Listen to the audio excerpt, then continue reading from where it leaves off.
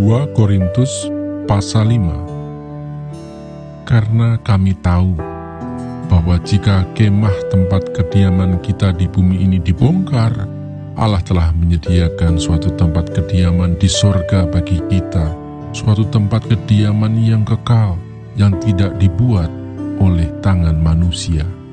Selama kita di dalam kemah ini, kita mengeluh karena kita rindu mengenakan tempat kediaman surgawi di atas tempat kediaman kita yang sekarang ini.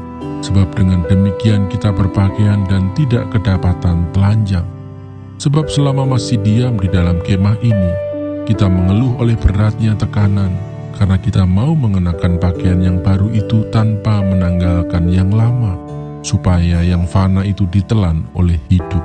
Tetapi Allah lah yang justru mempersiapkan kita untuk hal itu, dan yang mengaruniakan Roh kepada kita sebagai jaminan segala sesuatu yang telah disediakan bagi kita. Maka oleh karena itu hati kami senantiasa tabah, meskipun kami sadar bahwa selama kami mendiami tubuh ini, kami masih jauh dari Tuhan. Sebab hidup kami ini adalah hidup karena percaya, bukan karena melihat. Tetapi hati kami tabah, dan terlebih suka kami beralih dari tubuh ini untuk menetap pada Tuhan. Sebab itu juga kami berusaha, baik kami diam di dalam tubuh ini maupun kami diam di luarnya, supaya kami berkenan kepadanya. Sebab kita semua harus menghadap tahta pengadilan Kristus, supaya setiap orang memperoleh apa yang patut diterimanya, sesuai dengan yang dilakukannya dalam hidupnya ini, baik ataupun jahat. Pelayanan untuk pendamaian. Kami tahu apa artinya takut akan Tuhan. Karena itu kami berusaha meyakinkan orang. Bagi Allah hati kami nyata dengan terang, dan aku harap hati kami nyata juga demikian bagi pertimbangan kamu. Dengan ini kami tidak berusaha memuji-muji diri kami sekali lagi kepada kamu, tetapi kami tidak mau memberi kesempatan kepada kamu untuk memegahkan kami, supaya kamu dapat menghadapi orang-orang yang bermegah karena hal-hal lahiriah dan bukan batiniah. Sebab jika kami tidak menguasai diri, hal itu ada dalam pelayanan Allah. Dan jika kami menguasai diri, hal itu adalah untuk kepentingan kamu. Sebab kasih Kristus yang menguasai kami, karena kami telah mengerti bahwa jika satu orang sudah mati untuk semua orang, maka mereka semua sudah mati.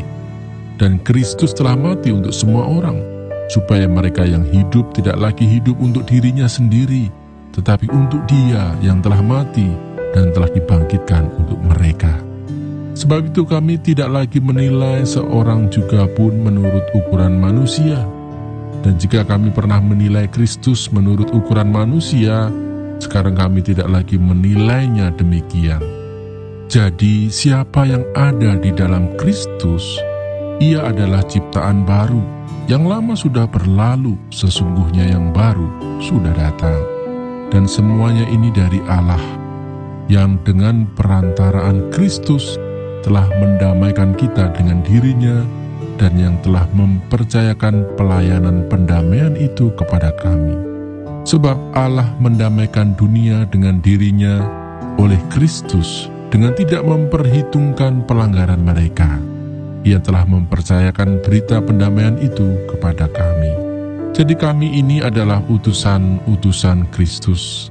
Seakan-akan Allah menasihati kamu dengan perantaraan kami. Dalam nama Kristus kami meminta kepadamu, berilah dirimu didamaikan dengan Allah. Dia yang tidak mengenal dosa telah dibuatnya menjadi dosa karena kita, supaya dalam Dia kita dibenarkan oleh Allah.